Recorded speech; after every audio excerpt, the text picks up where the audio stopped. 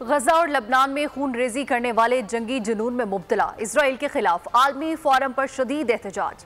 अक़वाम मुत्तहिदा की general assembly के इजलास में इजरायली वज़ीर आज़म नेतन्याहू के खिताब के लिए आने पर पाकिस्तान समेत मुख्तलिफ ममालिक के वफूद ने वॉकआउट कर दिया। गजा में नस्ल कुशी, लबनान में कत्लो गारतगिरी, सफ़ाक इसराइल की जारहियत पर दुनिया भर में शदीद गमो गुस्सा। अक़वाम मुत्तहिदा के जनरल असम्बली इजलास में इसराइली वज़ीर आज़म के खिताब के लिए स्टेज पर आते ही असम्बली में शोर शराबा शुरू हो गया। फ़लस्तीन के हक में और इसराइली मुखालिफ नारे बुलंद। इसराइली बर्बरियत के खिलाफ पाकिस्तान का आलमी फोरम पर एहतजाज। इसराइली वज़ीर आज़म नेतन्याहू के खिताब के मौके पर पाकिस्तानी वफ्द ने एहतजाजन वॉक आउट कर दिया। पाकिस्तानी वफ्द असम्बली से बाहर चला गया।